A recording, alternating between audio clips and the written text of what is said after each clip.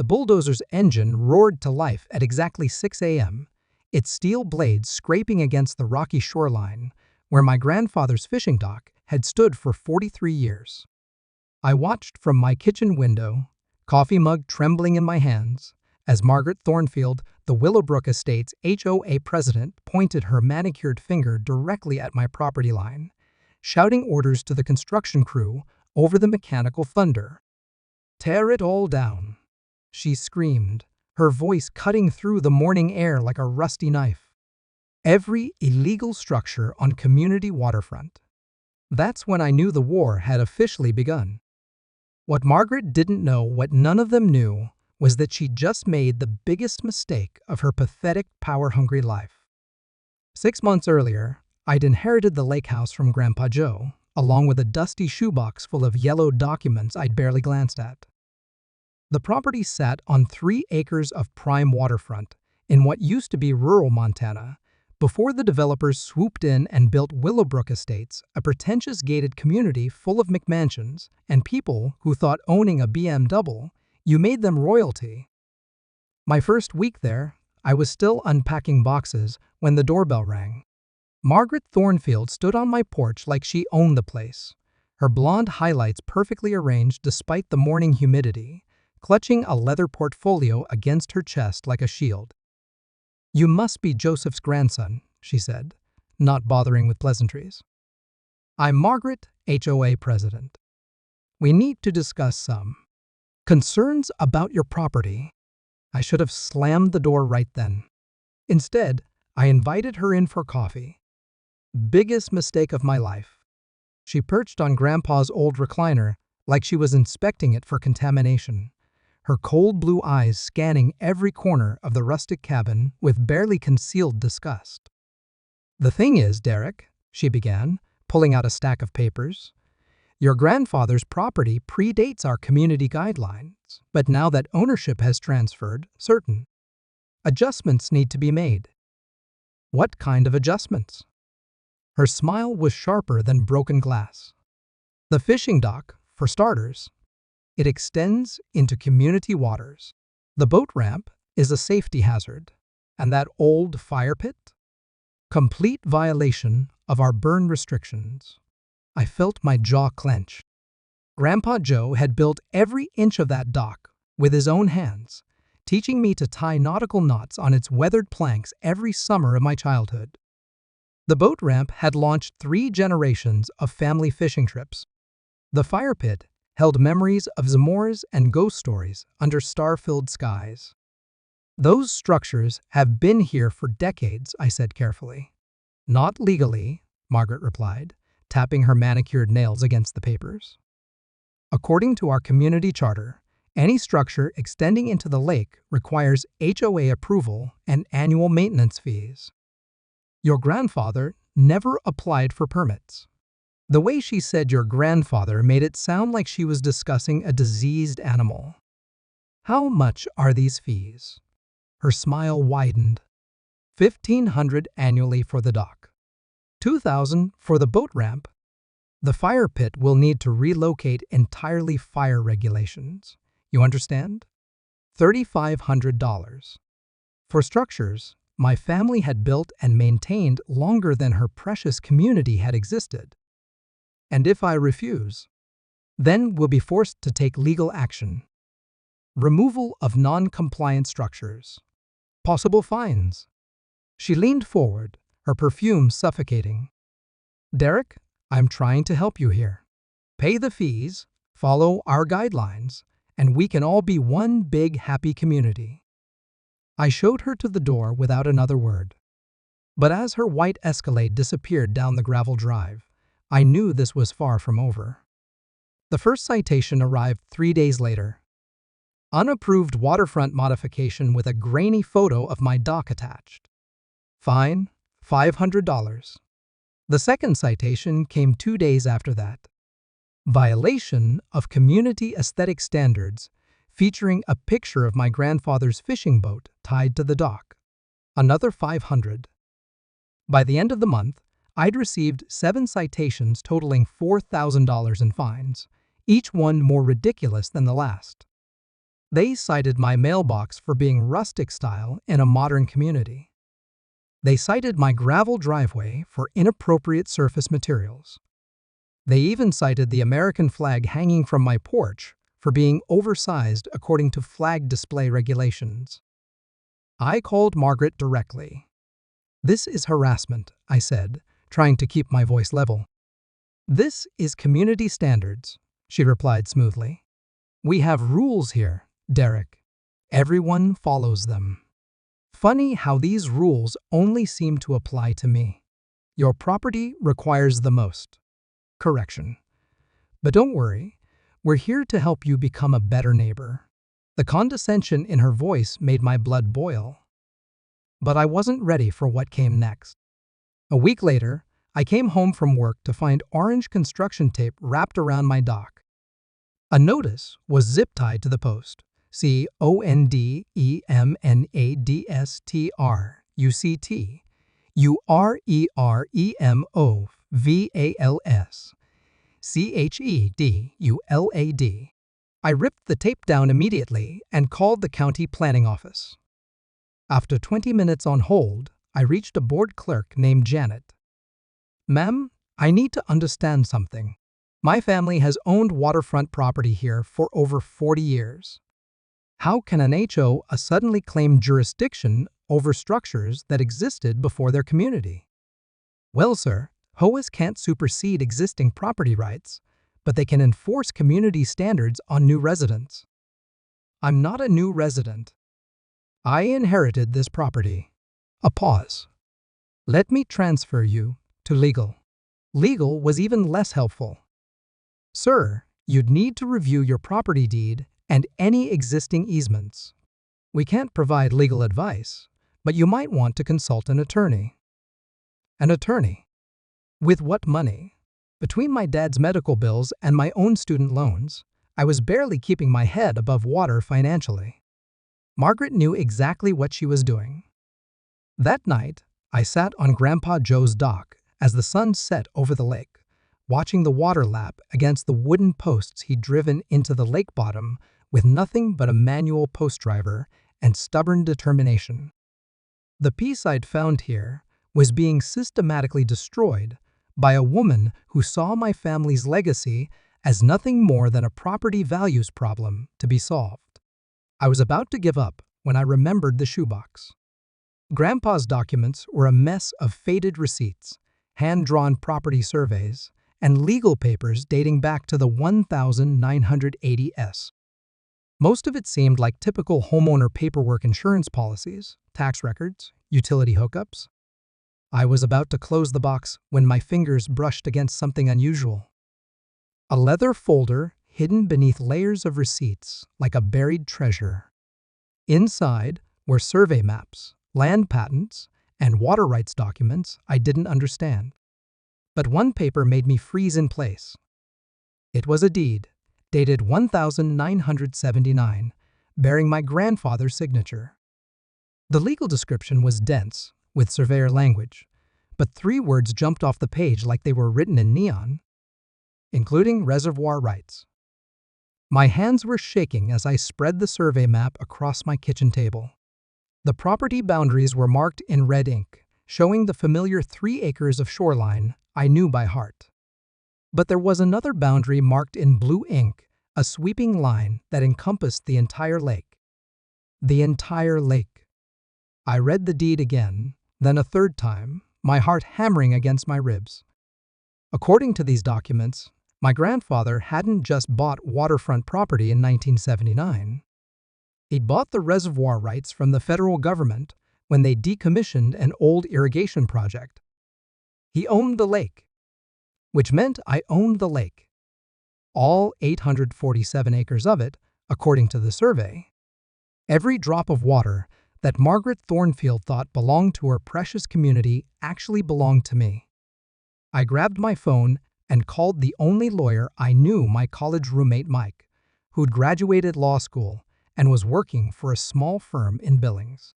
After explaining the situation, I texted him photos of the documents. His callback came within an hour. "Derek, holy shit. Where did you find these?" Grandpa's papers. Are they legitimate?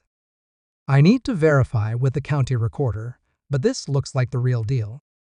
Your grandfather purchased federal surplus water rights during the Reagan administration.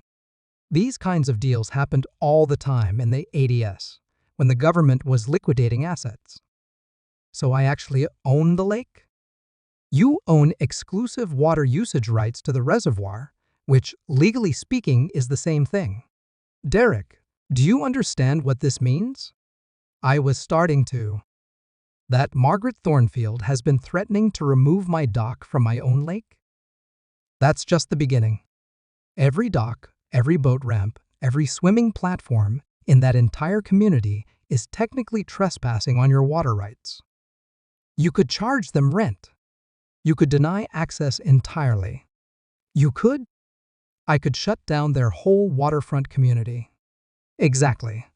But Derek, be careful how you handle this. Water rights law is complicated, and you're dealing with people who obviously have money and influence. Document everything.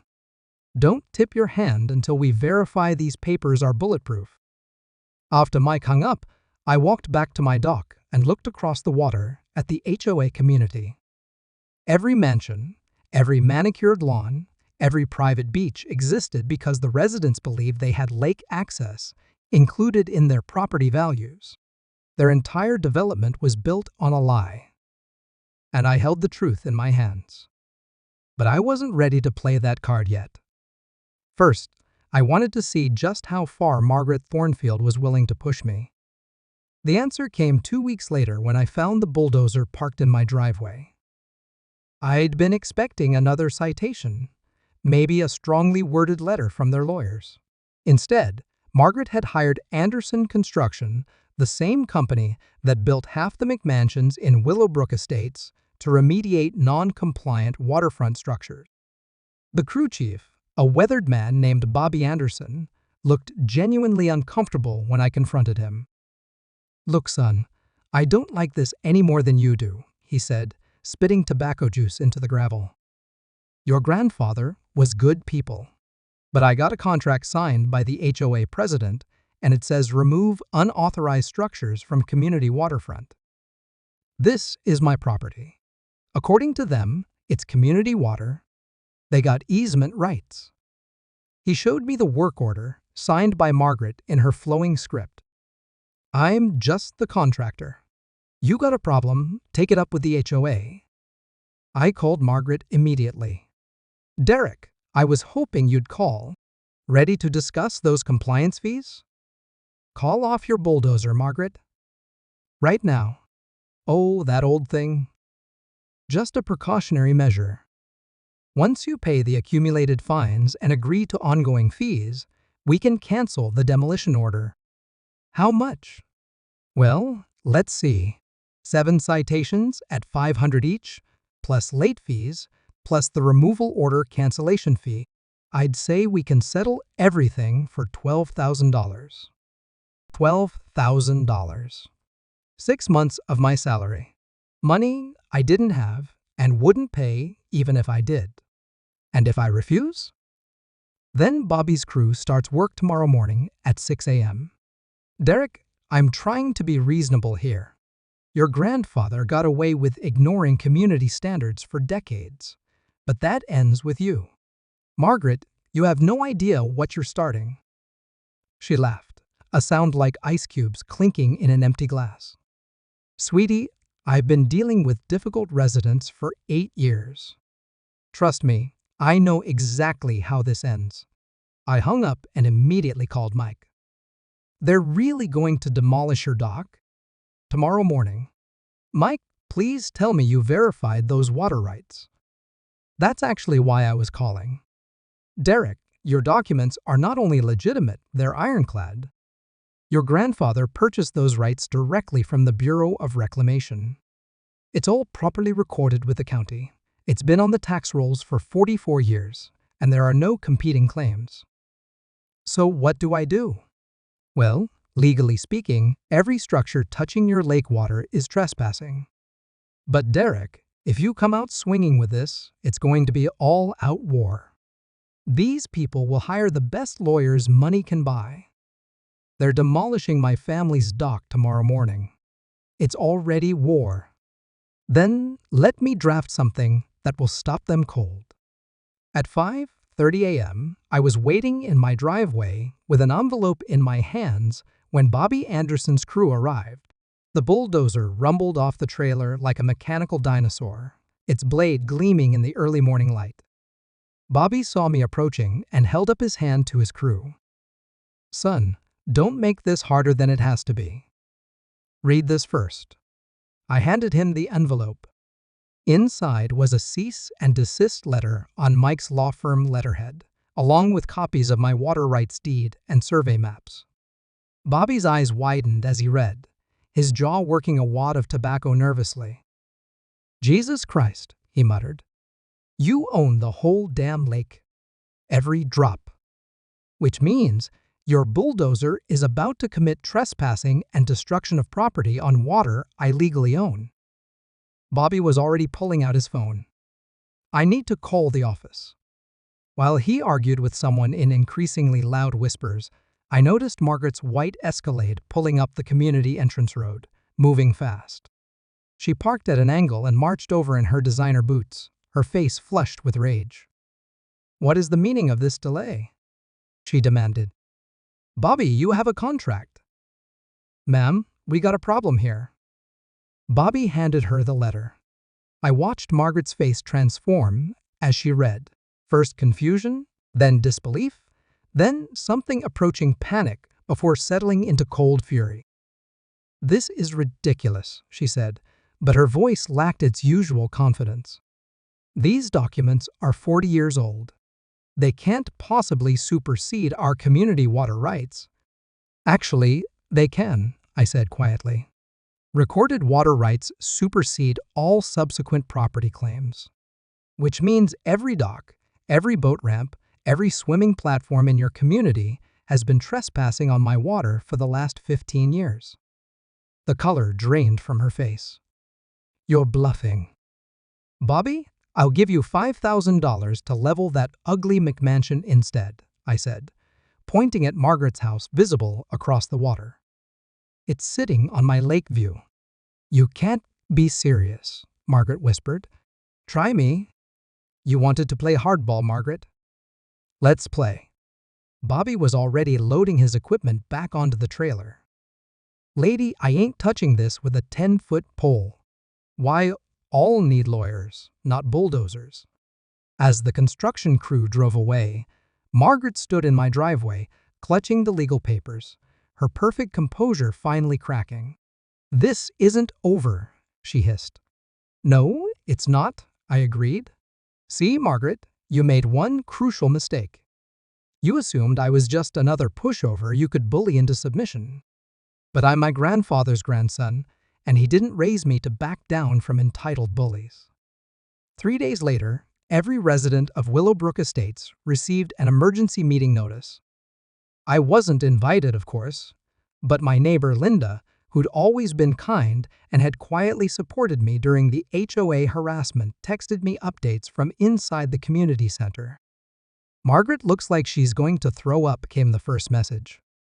"She's trying to explain water rights law to a room full of angry millionaires," followed 5 minutes later. "Someone just asked if their property values are about to crater. Margaret has no answer."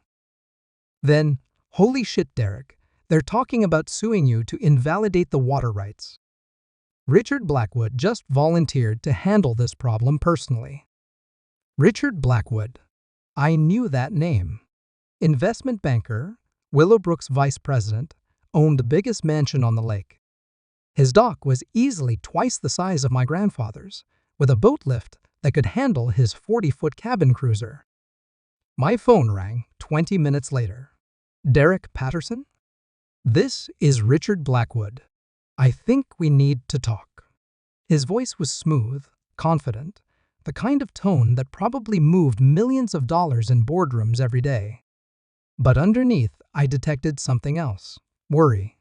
"I'm listening. Look, I'll be direct. This water rights situation has caught everyone off guard. But we're reasonable people. I'm prepared to offer you $50,000 to transfer those rights to the HOA. Everyone wins. You get a nice payday. We get legal clarity. $50,000. It was more money than I'd ever seen in one place. Enough to pay off my student loans, help with Dad's medical bills, maybe even quit my job and figure out what I actually wanted to do with my life. It was also insulting. Richard, do you have any idea what 847 acres of lake water usage rights are worth? A pause. What did you have in mind? Counter-offer, Richard. I'll grant the HOA a community water usage license for a one-time payment of $5 million. That breaks down to about $33,000 per household, basically what most of you spend on cars. Cheap for permanent lake access. That's extortion. No, that's business. You have 48 hours to present the offer to your community. After that, I start charging monthly usage fees for every structure touching my water. I hung up and immediately called Mike. $5 million? He whistled. Derek, that's aggressive. They threatened to tie me up in court for decades. I figure if I'm going to war, I might as well make it worth my while. Fair point. But Derek, you need to be prepared. These people are going to come at you with everything they have. Let them come. I own the lake, Mike. They can't change that fact, no matter how much money they throw at lawyers. But as I looked across the water at the twinkling lights of Willowbrook Estates, I knew Mike was right. This was about to get much worse before it got better. The lawsuit arrived by certified mail on a Friday afternoon. Patterson vs. Willowbrook Estates, HOA, and Community Development, LLC. 23 pages of legal jargon that boiled down to one central claim: my water rights were invalid due to improper documentation and fraudulent historical claims. Their lead attorney was Harrison Mills of Mills, Davidson and Associates, the kind of white shoe law firm that charged more per hour than most people made in a week. According to Mike, Harrison Mills specialized in property disputes for wealthy clients and had never lost a water rights case. They're not messing around, Mike warned me during our emergency meeting at his office. Mills has already filed for expedited discovery and a preliminary injunction to prevent you from interfering with community water access pending litigation. Can they do that? They can try. Derek, I need you to understand something. These people are going to dig into every aspect of your grandfather's purchase, looking for any procedural flaw they can exploit. They'll challenge the original federal sale, question the survey boundaries, even go after the recording process. This could take years and cost hundreds of thousands in legal fees. My stomach sank. Money I don't have, which is exactly what they're counting on. But Derek, there might be another option. I'm listening. Water rights attorneys work on contingency for cases this strong. If we can find someone willing to take this on, they'd cover all costs in exchange for a percentage of any settlement or judgment. That afternoon, Mike introduced me to Sarah Chen, a water rights specialist from Denver, who'd built her reputation destroying exactly the kind of development schemes Willowbrook Estates represented. Your grandfather made a brilliant investment, she told me, reviewing the documents in Mike's conference room. Federal water rights from that era are bulletproof. The Bureau of Reclamation was desperate to offload maintenance responsibilities, so they sold legitimate, recorded rights to private buyers. So I really do own the lake? You own exclusive usage rights to the entire reservoir, which in legal terms gives you more power than outright ownership. Derek, I've seen cases like this before. These developers build communities around public or quasi-public water access, then act surprised when someone shows up with superior legal rights. What's your take on Mills's strategy? Sarah smiled, and it wasn't friendly. Harrison Mills is a good attorney, but he specializes in bullying individual property owners with superior resources. He's never faced someone with legitimate federal water rights and proper legal representation. This is going to be fun. I liked Sarah immediately. One question, I said. What happens if we win? When we win, she corrected, you'll have legal confirmation of absolute control over lake usage rights.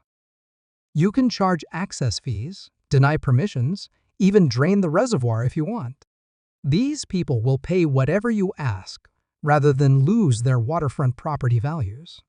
And if they refuse, then they'll be living next to a very expensive mud puddle. While the lawyers prepared for legal war, Margaret Thornfield launched her own campaign. It started with a letter to every property owner in the surrounding area, warning them about a local resident attempting to extort legitimate homeowners through fraudulent claims to public water resources. Then came the newspaper article. The Willowbrook County Herald ran a front-page story titled "Lake Access Dispute Threatens Local Property Values," featuring a photo of my dock with the caption "Disputed Structure at Center of Water Rights Controversy." Margaret was quoted extensively. This young man inherited property and immediately began making outrageous demands for money from long-established community members. We're simply asking the courts to protect legitimate homeowners from what amounts to a legal shakedown. The article made me sound like a greedy opportunist trying to steal from honest families. No mention of the harassment campaign. No mention of the bulldozer. No mention of the fact that I'd inherited legitimate water rights that predated their community by decades. My phone started ringing that evening. First call was from my boss at the hardware store. "Derek, I saw the article. Look, I have to ask, is any of this true?" "Which part?" "The part where you're demanding millions from your neighbors." I explained the situation as simply as possible, but I could hear the doubt in his voice. Even people who knew me were starting to wonder if I'd lost my mind. The second call was worse. My father, calling from the assisted living facility. "Son, your cousin Michelle sent me a news article about you. She's worried you're getting in over your head." "Dad, I'm protecting Grandpa's property." Just like he would have done. "Your grandfather was a good man, Derek, but he was also stubborn. Sometimes being right isn't worth the fight." The doubt in my father's voice hit harder than anything Margaret Thornfield had thrown at me. But the worst call came at nearly midnight. An unfamiliar number with a gravelly voice that sounded like it had been marinated in cigarettes and whiskey. "You, the Patterson kid stirring up trouble at the lake? Who is this?" "Someone who thinks you should drop this water rights bullshit before you get hurt." The line went dead. I checked my locks and drew the curtains, but sleep was impossible. Somewhere across the lake, in their climate-controlled mansions, the Willowbrook Estates elite were planning my destruction. And for the first time since finding those documents, I wondered if I was in over my head. Sarah Chen called me the next morning with news that changed everything. "Derek, you need to see what we found in Discovery. Can you meet me at Mike's office this afternoon?" When I arrived, Sarah had documents spread across the conference table like pieces of a jigsaw puzzle. But these weren't my grandfather's papers. These were internal HOA, communications, development permits, and financial records that Harrison Mills had been forced to produce. "Look at this," Sarah said, pointing to a 2009 email exchange between Margaret Thornfield and Richard Blackwood. They knew. Derek, they knew about the water rights when they developed the community. I leaned over to read the email thread from margaret.thornfield@willowbrookestates.com to r.blackwood@blackwoodinvestments.com. Subject: R.E. Patterson Property Water Rights. Date: March 15, 2009. Richard, our title search has revealed potential issues with lake usage rights. Joseph Patterson appears to hold federal water rights dating to 1979 that could impact community development plans. Legal suggests we proceed carefully and address this before marketing begins. Margaret. From r.blackwood@blackwoodinvestments.com to margaret.thornfield@willowbrookestates.com. Subject R.E. Patterson Property Water Rights. Date March 15, 2009. Margaret Patterson is 67 years old and has never enforced these alleged rights. Proceed with development as planned. If issues arise later, we'll handle them through normal channels. The potential profits justify the risk. R.B.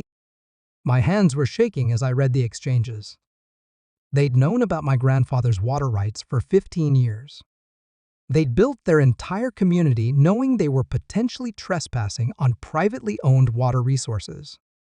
There's more, Sarah continued, flipping to another document. Look at their marketing materials.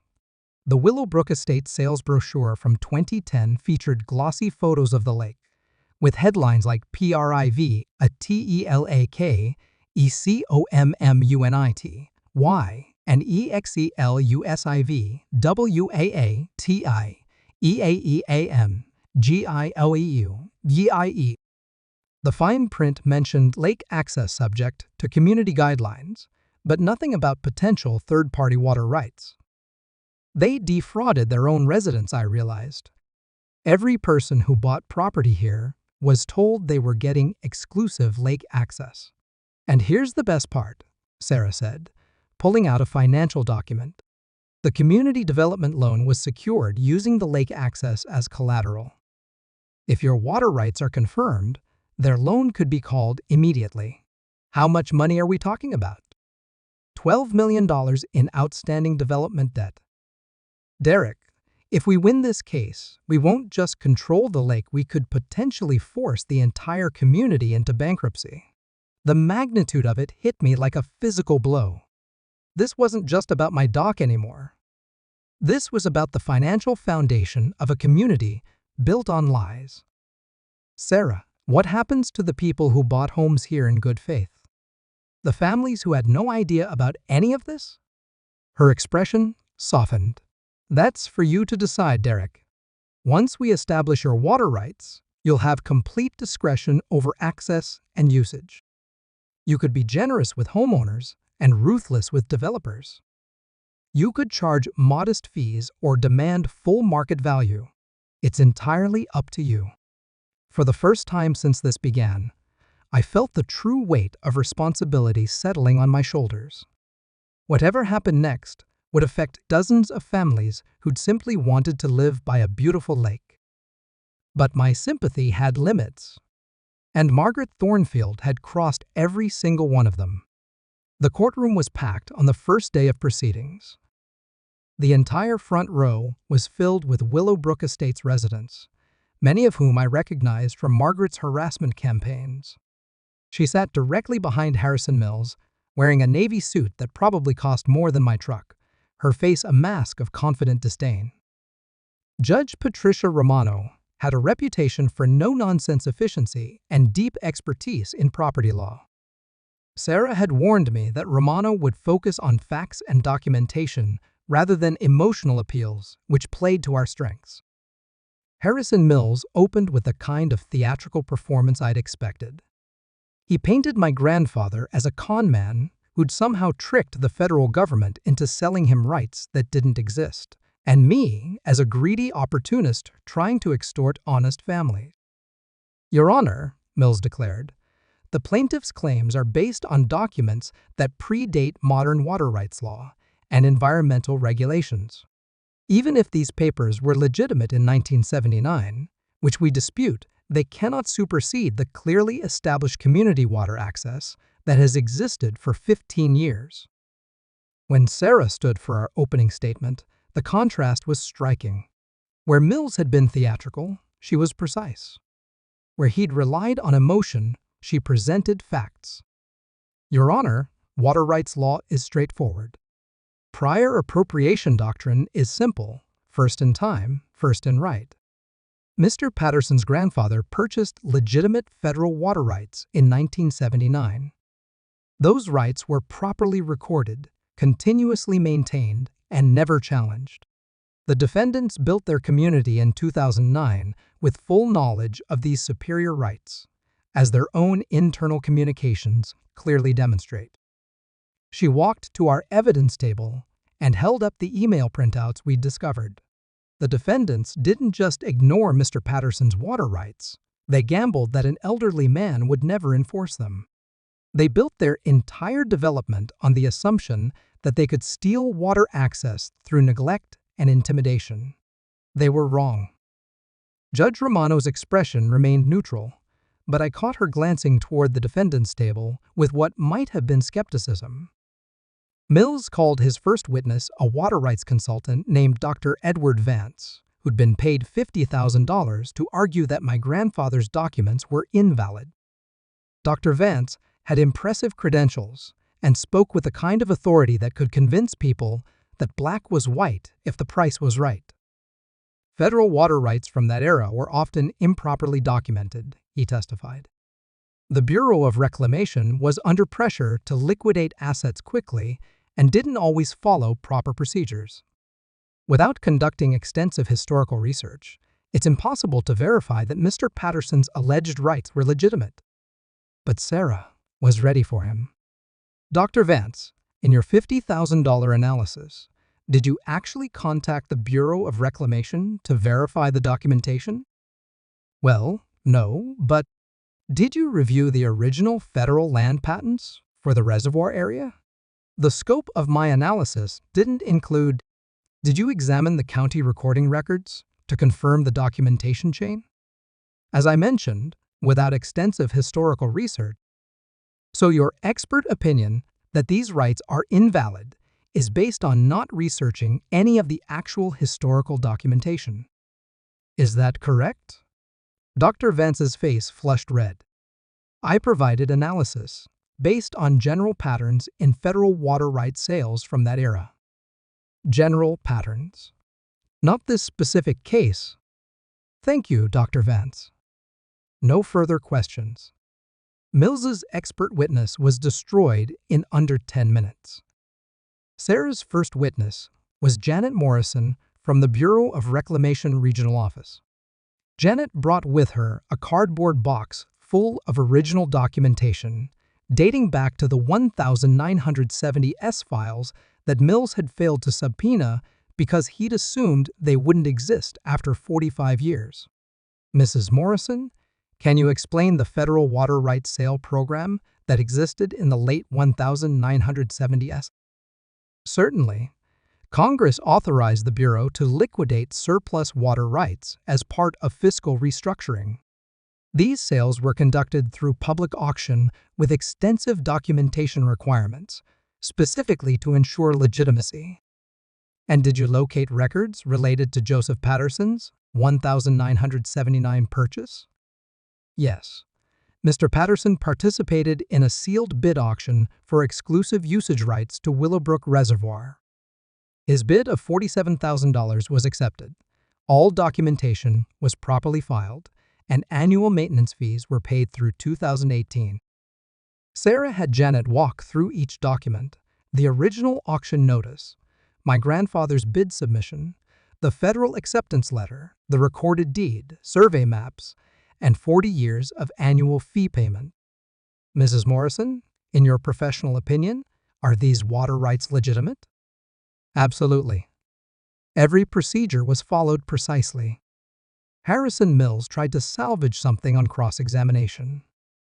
Mrs. Morrison, weren't these sales often challenged in federal court as improper disposal of public resources? Some were challenged, yes. And weren't many of these rights ultimately invalidated? Mr. Mills, Joseph Patterson's water rights were never challenged. They've been continuously held, properly maintained, and legally valid for 44 years. If anyone had grounds to challenge them, they've had 4 decades to do so. Mills had no response to that. But Sarah wasn't finished. Her next witness was Robert Chen, a private investigator she'd hired to research the development history of Willowbrook Estates. Mr. Chen What did your investigation reveal about the defendant's knowledge of Mr. Patterson's water rights? Robert pulled out a thick folder. The defendants commissioned a full title search in 2008 that specifically identified Joseph Patterson's federal water rights. They received legal advice to resolve this issue before proceeding with development. They chose to ignore that advice. What else did you discover? The defendants secured $12 million in development loans using lake access as primary collateral, despite knowing those rights belonged to Joseph Patterson. They marketed properties as private lake communities, while knowing they had no legal control over the lake. And they established an HOA structure specifically designed to pressure Mr. Patterson into surrendering his rights. How can you prove that last claim? Robert smiled. Margaret Thornfield kept very detailed email records. He read from printouts of internal HOA communications dating back years. The Patterson situation needs to be resolved before property values are affected. Suggest increasing pressure through citations and fees until he either complies or sells. Legal confirms we can't actually force removal of his structures, but most homeowners don't know their rights. Continue issuing violations. If Patterson dies or sells, his heirs probably won't understand the water rights situation. Position ourselves to acquire the property cheap. The courtroom was dead silent as Robert read email after email documenting a systematic campaign to harass my grandfather into surrendering legitimate property rights. Margaret Thornfield's face had gone from confident to ashen.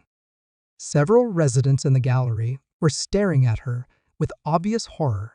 They'd finally learned what their HOA president had been doing in their name. Harrison Mills objected repeatedly, but Judge Romano overruled him each time. The emails were properly authenticated and directly relevant to the case. When Robert finished reading, Sarah turned to address the court. Your Honor,